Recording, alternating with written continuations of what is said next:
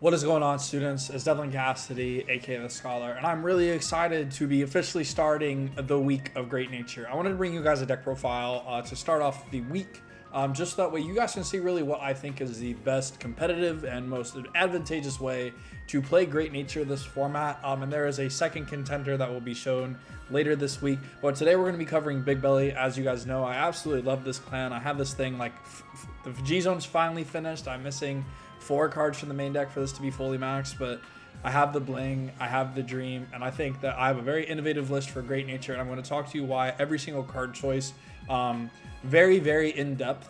This may be one of the more longer profiles on my channel, but I think that I really want to be clear and give you some indicators too, even if you're not a Great Nature player and want to watch this profile, that you'll gain some insights on my thought processes going into BCS this season. But you know, before we kick it off, if you want to go see all of my amazing different sponsors, please go check out all of their links in the description. I got dueling guards for amazing deck boxes, dual spec for other fantastic TCG accessories.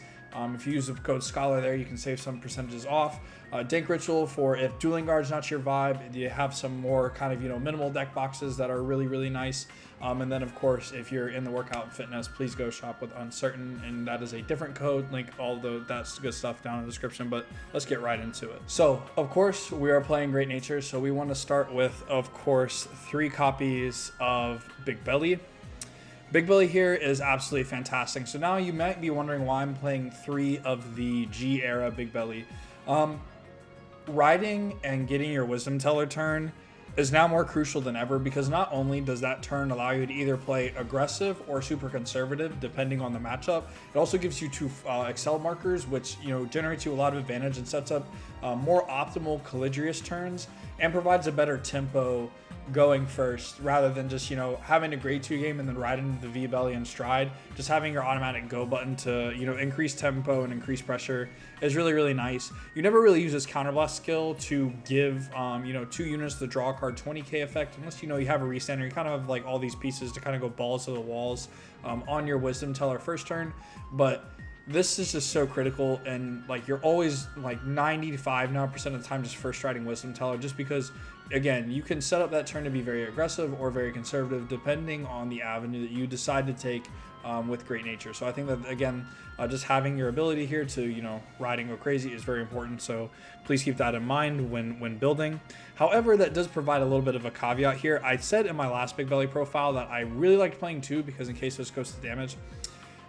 I kind of take that back. I think that having 2 Excel markers is a little bit more important than having the redundant draw effect, just because now you have so many search effects and so many different ways to compress the deck very quickly, and on hits with Bolaro and things of that nature, that sometimes you kind of run into a deck out issue because you're trying to turbo as fast as possible either into Sipticom or some high scaling Calidrius turn, which can kind of bite you if you're trying to draw back advantage with Bigbelly, if like you're setting up your plays to do that. So I don't think that V-Belly is as necessary. It's still a very good card, do not get me wrong. I think this card is the best V-Boss we ever got in Great Nature, but it's still very, it can incentivize you to misplay, and then it bites you when you're trying to synergize with other pieces in your deck, such as Penguin, things of that nature. So I think the cut down to 1 and just being very comfortable, just making sure you can guarantee the 2 Excel markers with the G belly is way more fundamentally important inside your deck building routine.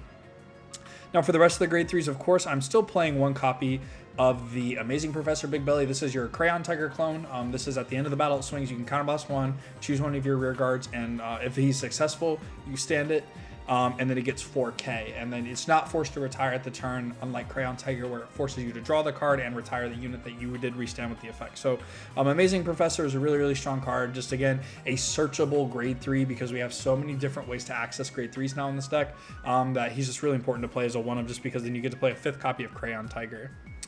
However, still the most important unit I still find in this deck is 2 copies of Talented Rhinos. This card is so good at just being able to force your opponent to awkwardly guard. I mean, putting the triple door with Calidrius on this card and still having it successful to where they say no zeros inside that triple door is extremely strong. So Rhino is still one of your strongest closers, and a card that I still really enjoy having in this meta. And I just, enjoy it a lot. So I think this card is still very solid. and just really, really good on my end for the value that it serves. And then the final card, of course, I'm going to play Bracing Angel Ladder over Forbidal. Now, last list I was playing Forbidal because, you know, you can cheat out the Rhino and, you know, you can revive the cards from drop and you can do a lot of cheeky plays, but like, you're in a very fast meta where you're trying to kill your opponent as hard as possible. So being able to insulate your kill combo with Bracing Angel Ladder is a lot better, and it doesn't force us to play mid cards like, you know, good old Lesser Rider. It's just a grade 2 that doesn't fulfill a game plan outside of, you know, doing what Bracing Angel Ladder does. Now, it's on a body. It's a very solid card. The fact that they can give your board your successful units resist is cool, but that doesn't apply to Crayon Tiger, which is still a vital key resource. So I think that Lesser Rider, you know, devalues some of your card quality if you choose to play it inside your 50, unlike the, you know, the Bracing Angel Ladder that's searchable off of Mike, it's find-offable off of Bigbelly, and it's searchable too off of Blusher Parakeet. This card is just way better, plus it draws you a card, gives you a soul. It facilitates a lot more resource than Lesser Rider does, so I think that just playing this card and opting out of the Forbidal because we're just such in a faster format because of the loop decks and things of that nature is just really, really important. So I really do like Bracing Angel Ladder for that reason. Transitioning to the grade 2s, of course, very standard. We're playing 4 copies of Crayon Tiger, the cute boy. I love this card so much. I really don't know if there's ever going to be a day where I cut down on this card.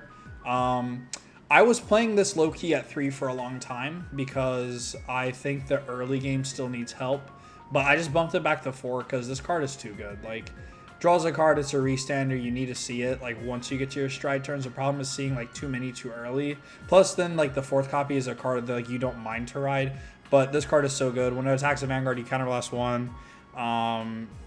When it's boosted, of course, has to be boosted, which also facilitates another card we're playing, but when it's boosted, you counterblast 1, stand another rear guard, it gets 4k. At the end of the turn, you draw a card and retire that unit. So yeah, this card is so good. GB1, of course, but yeah, this card is so solid. I really wish we got a V retrain of him. It would have been really cool to see what they had done, but alas, we didn't.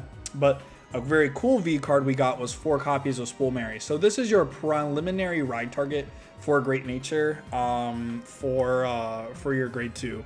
This card is a double value piece, so this card facilitates a ride, as well as that when it's ridden over, it calls itself to rear guard, and it's a 19k beat stick. So off Wisdom Teller, the effect to give it 4k to put it to 13, and then itself is 23, will automatically proc the Wisdom Teller to let it be able to draw the card off the red text skill that it will give Spool Mary. So it's very important for that reason that you're not reliant on hitting a trigger to be able to proc the Wisdom Teller to draw the additional card on that attack. So Spool Mary is really, really good for that reason. I really, really like this card a lot. I think this card is like desperately important. You should be playing this. This card lets you be really aggro really early.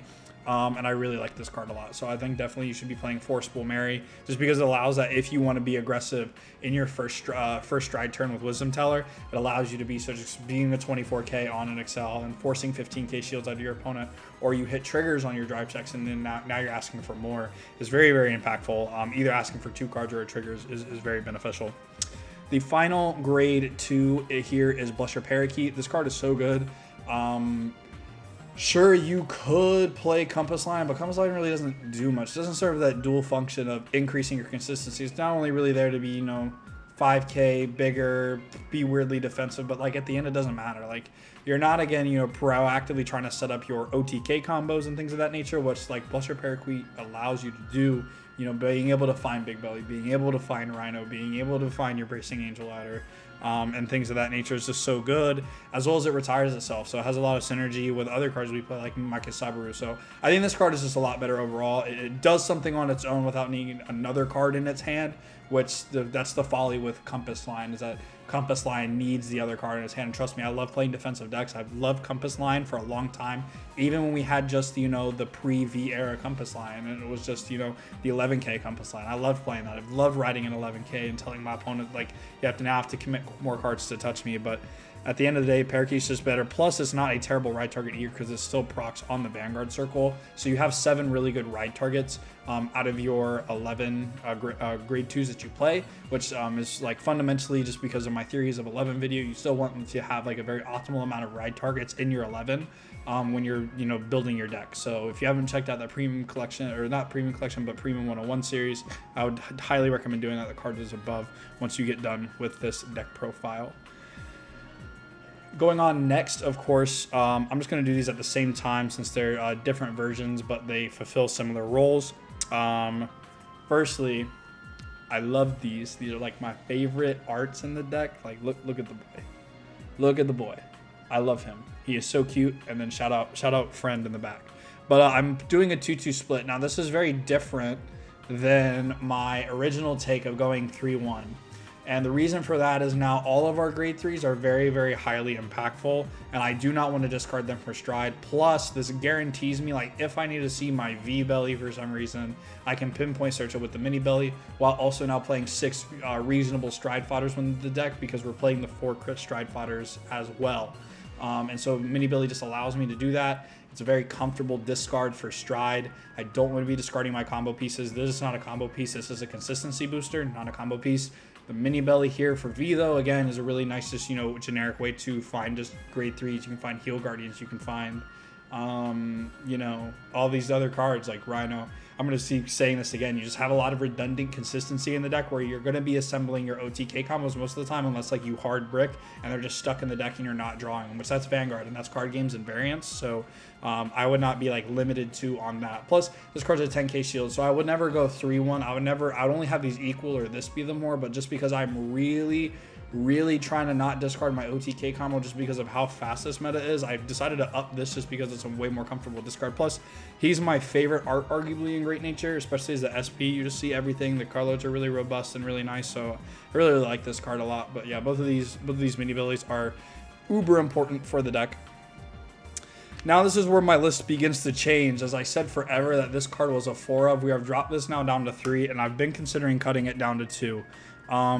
Mike is one of those cards that has, proven its longevity in the clan for a very, very long time because it is such a really good fundamental piece of Great Nature that is doing things when other units hit the drop zone. So you're giving it another unit the red tech skill of when it's put to the drop zone at the end phase, you get to search for a grade 3. So again, redundant consistency of finding your grade 3s that, again, you don't want to be discarding for stride, or you can go find Heal Guardians if you need added defense, things of that nature. Just Mike is very flexible, but there's a glaring problem, and it's the left side of the card where it says it's 5k shield.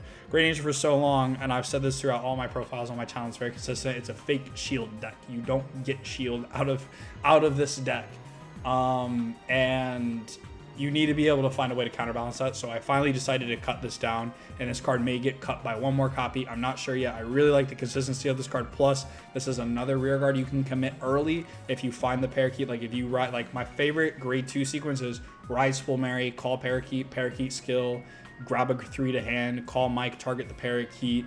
Now the Parakeet will search another grade 3 when it's retired off its own skill because it was placed on the rear guard by its effect. So just really, really strong here. And Mike is just so good. Plus, I do love the Fighters Collection versions. He's always deserving to be a holo. I'm glad they reprinted his art, though, in the common form, because I love the Fighters Collection art over the reprint in the Festival Zoo, even though I like that art, too. If that art was foil, that art's better, but that art's foil, so that art's better. You know what I'm saying?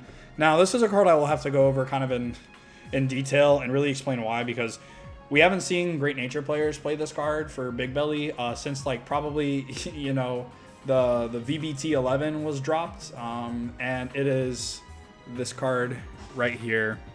This card got reprinted in one of the clan collections. This was a rare, but this card is cracked. This is History Scholar. I call him Bushboek.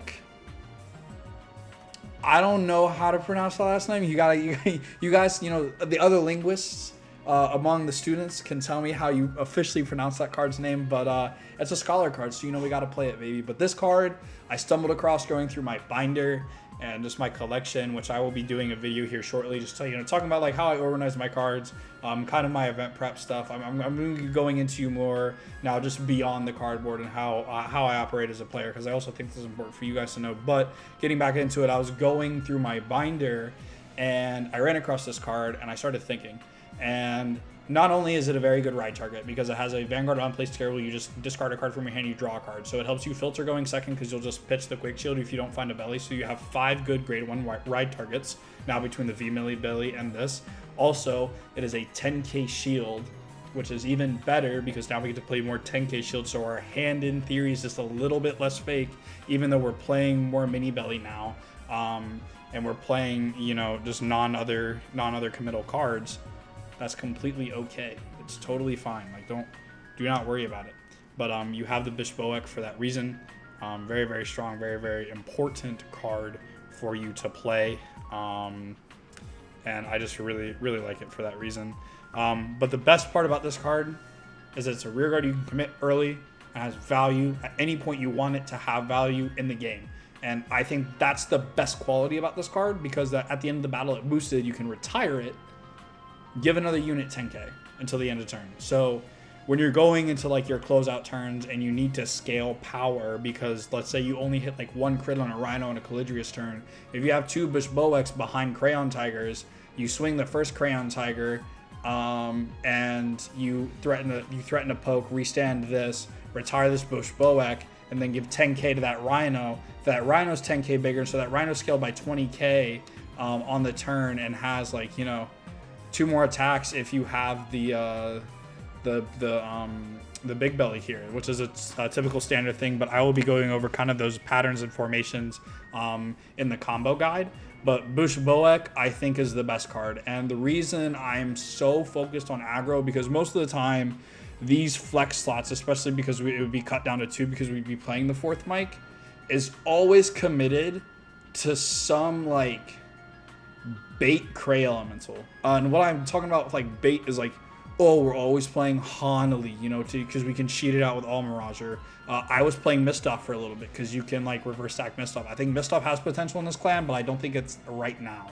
I don't think that card is its time yet in Great Nature, just because of the loot deck still existing. Because here's the problem. You're not proactively being aggressive, which, like, if you're not a loot deck, how it is in the States and for its metas, you have to be aggressive to beat the loot decks. You just have to force the combo pieces out of their hand for them to live, and then they can't combo in the crackback. So Bigbelly allows these early columns, and then 2, this is what I'm saying, like, if you find these early, you can force a Wisdom Teller turn to be really busted, and that's why I really like it a lot. So that's why I love Bigbelly. We're going to stop talking about Bigbelly now. We're going to go into the next grade 2, and it's, of course, the staple Pangolin. If this card was 10k, this card would be the best card in the deck. Sorry. I said what I said.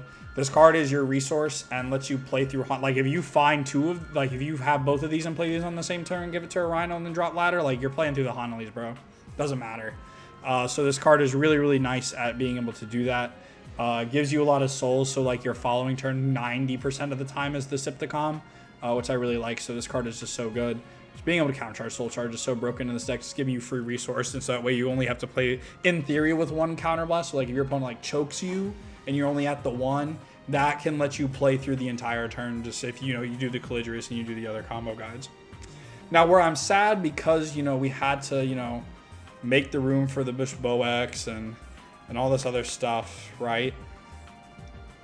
So unfortunately, we had to cut the Deli Belly.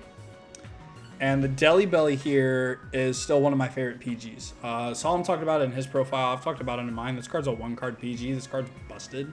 Like, I don't know like what you want from me. The fact that we can play multiple 1-card PGs is ridiculous. And I guess I'll show off the last grade one because, of course, it's Elementaria. But having 2 1-card PGs in the deck is really solid. And in theory, your draw PGs are 1-card PGs because if you're checked offensively, they're giving you the card to discard in theory.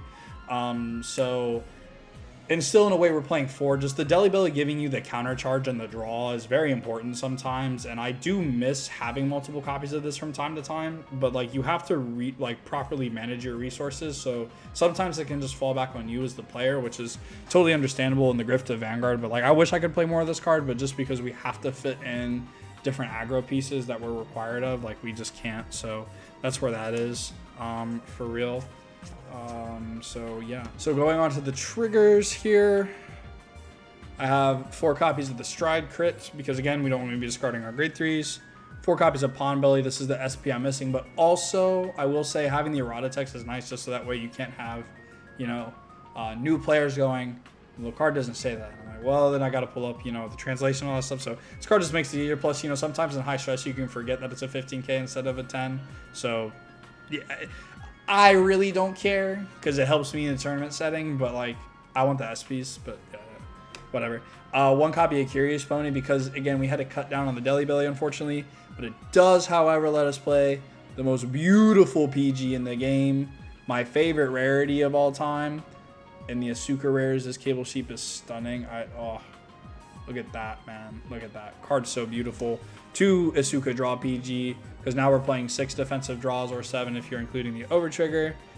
Then we have 3 copies of the Heel Guardian, 1 copy of the Koala. Again, because we're not playing... Now that we're specifically playing less Deli Belly, you got to be playing the little Koala, my man. Like, you got to be able to get the resources back somehow if you're getting denied them for whatever reason. So you have to play Koala now. It sucks, but it is what it is. But I never play this at 2-2, especially right now, because, again, if you're not on the loop deck, you should be playing some form of an aggro deck. And Great Angel still doesn't like playing against aggro. So, like, you're beating your deck to beat the loop decks, but as well as also keeping in theory like what people are also adapting to beat the loop decks too. So you still have to be playing 3 of this card. Plus you can search it. It's broken. Do not cut any more than this. But I'm definitely stressing that it has to be the 3-1. And of course, Blessed Flavor. You could be cheesy and play Valorant route, the red one. But I don't like that card. I'm gonna be so honest. I don't like that card at all. Just because it doesn't guarantee you the crit. Like, I can check 2 blanks and then this and be happy. If I just take the Valorant route and not a crit and I just like give it to the Rhino, I was like, sure, my Rhino's like 100 million, like you can't guard it, but like, you know what I mean? So yeah. And then of course, you know, the starter, Pants Boy, Gang Gang. But yeah, so that's the triggers in the starter. That's it for the main deck. Really, really enjoy this deck, man. So glad I've been playing and labbing this again. I missed you guys. You know what I mean? But of course, yeah, we're stopping the show here. This was the final card I was missing for the G-Zone. I will say shout out Maxime Solon. Sold this to a friend of mine, and I picked it up off my friend. So look at that. Shout out, bro. But yeah, I love this. I love this. This is like one of my other favorite arts in the game. I love this SP. But yeah, have to be playing Harmonic Society. You can buy like whatever version or variant you want, but like this card is mandatory in a G-Zone. So you're playing a 15-card G-Zone always, because this card should always be at least one of your things in there. And also the beautiful sleeves now that I have on my G-Zone. Shout out Will for getting these for me. Well, for him when I sold him the deck just to help me with my down payment, but then I bought it back from him. But he had these on it for me. So shout out Will for getting me these sleeves in Japan. You are the GOAT and a wonderful friend, my homie. Then I have 2 copies of Wisdom Teller Dragon. You have to be playing this card. I like playing split rarities when I can, just because I like to, as you can see, more of the art rather than having the amalgamation of the text box, but both are fine. Just, you know, your on hit is you give a rear guard 4K, and if it swings when it's 20K or greater, you draw a card. That's on swing. So if you restand it and it's not once per turn, you can proc it again. So that's why, like, if you have a Crayon Tiger or, you know, the Bigbelly, you can restand the unit and then you can draw again for a counterblast. So it's kind of nice. It comes up sometimes, but not often. I typically, most of the time, if I'm not playing as the loot deck, play that turn very minimally.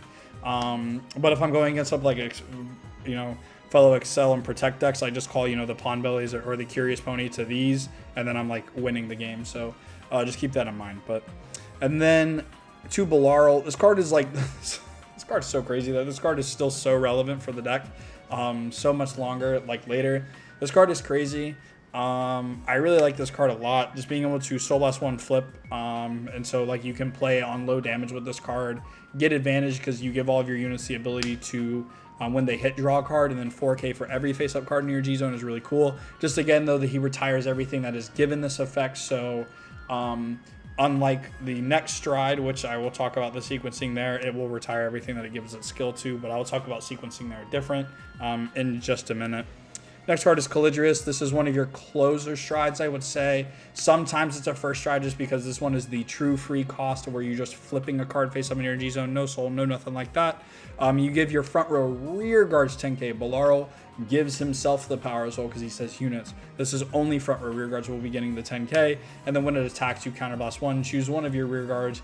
Give it 10. If it's 30k or greater, you stand it. And then when this unit attacks until the end of that battle, when your opponent would call cards from their hand, they must call 3. So when you activate this effect, and Rhino's on an XL2, Rhino currently is 16. You're giving 10k to the front row, which bumps him to 26. Then he meets the success condition, which he gives himself 4k, so he is at minimum 30. This card was a custom card for Rhino.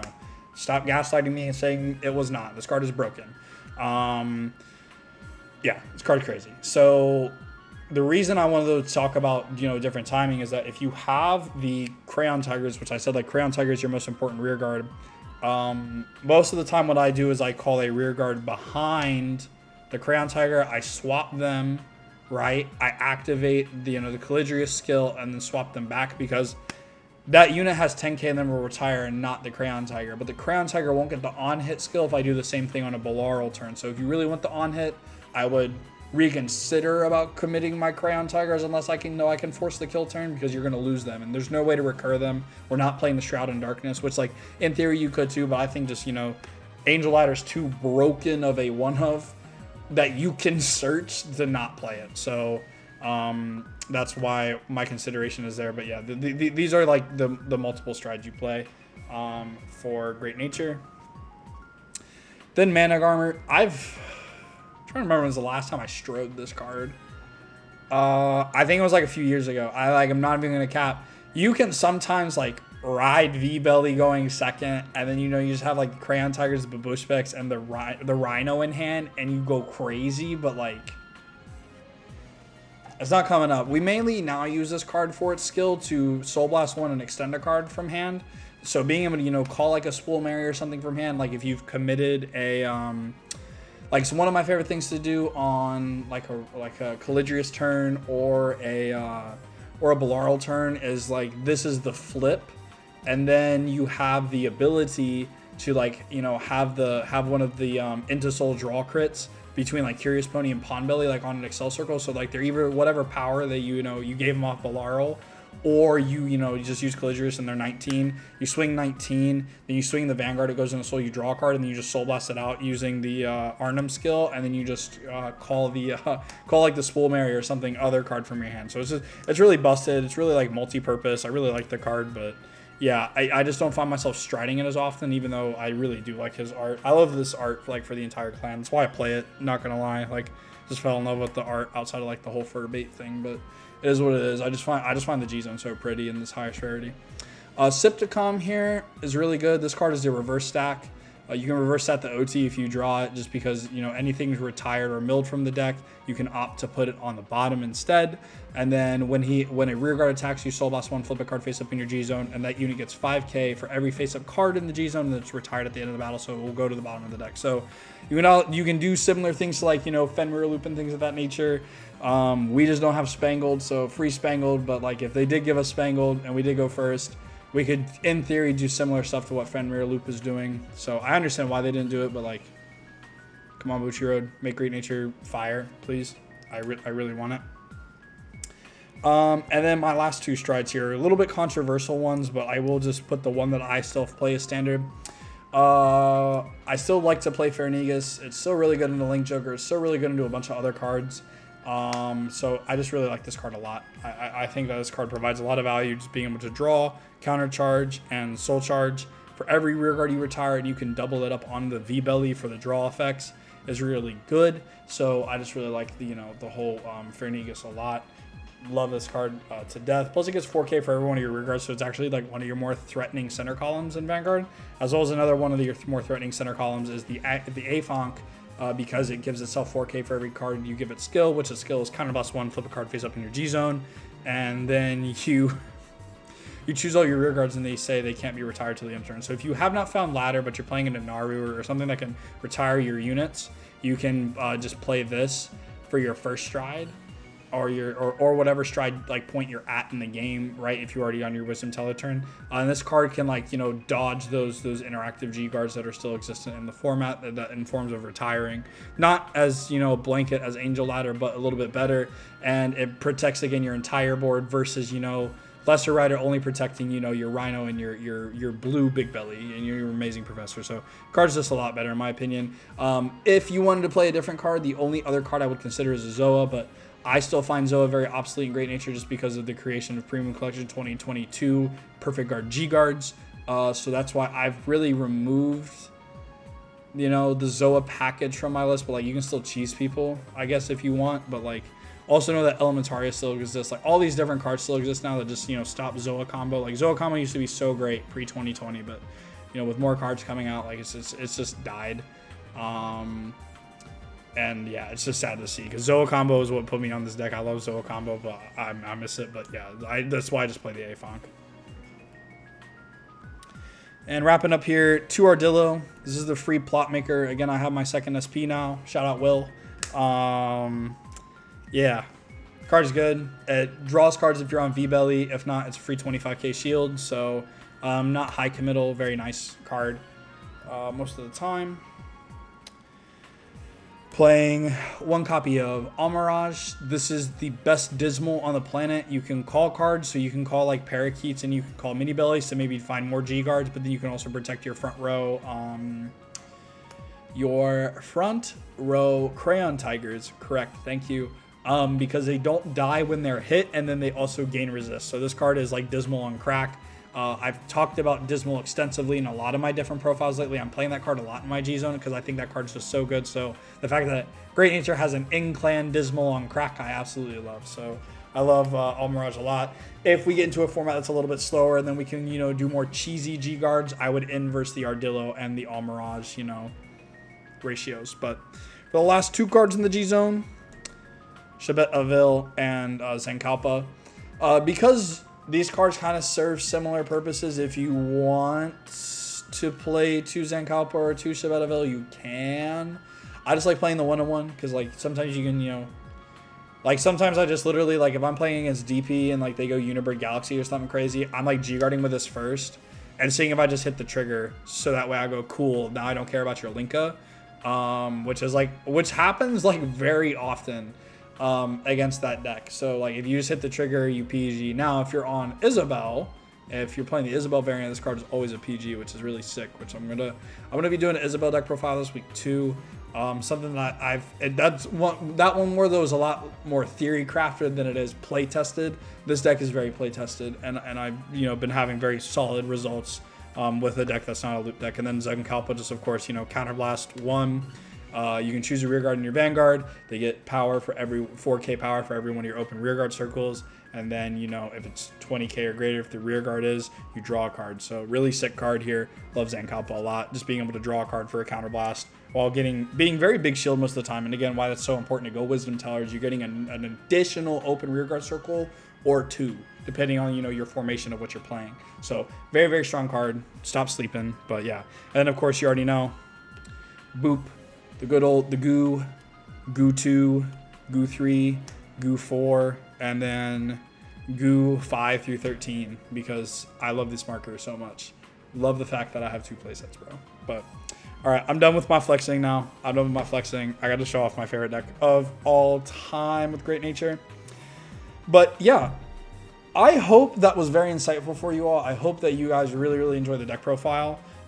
Please let me know what you guys think actually, like in the comments below, for if you think that this approach would be beneficial to other decks in the future, that they presented a more aggro approach going into this format. I think just because if you use the theory of Riviere and other decks, that are trying to really just, push your opponent in as fast as possible and not really give them the opportunity to try to assemble their loop or their OTK combo, that Bigbelly can be a contender in that because it's an Oxel clan. It's naturally aggressive, but it also draws a lot of cards. So I think it has some merit similar to Victor. But we'll see at the end of the day. You know what I mean? But that's going to do it for me. Make sure you guys like and subscribe. I'm trying to push my way to 2K, and I'm really so glad that we're starting this week of Great Nature. Thank you guys again for your awesome support. If it continues to happen, I continue to be more and more inspired to bring you guys wonderful content. So every single one of your comments, likes, shares, subscribes means the world to me. I really do appreciate every single one of you, and it's really crazy that I've grown this audience in a relatively short amount of time. So again, I'm very appreciative of everybody here that's been along for the ride. But I hope you all have a wonderful rest of your day and a wonderful rest of your week. I love you all. Don't go crazy. The world's a busy place. God bless, and take care.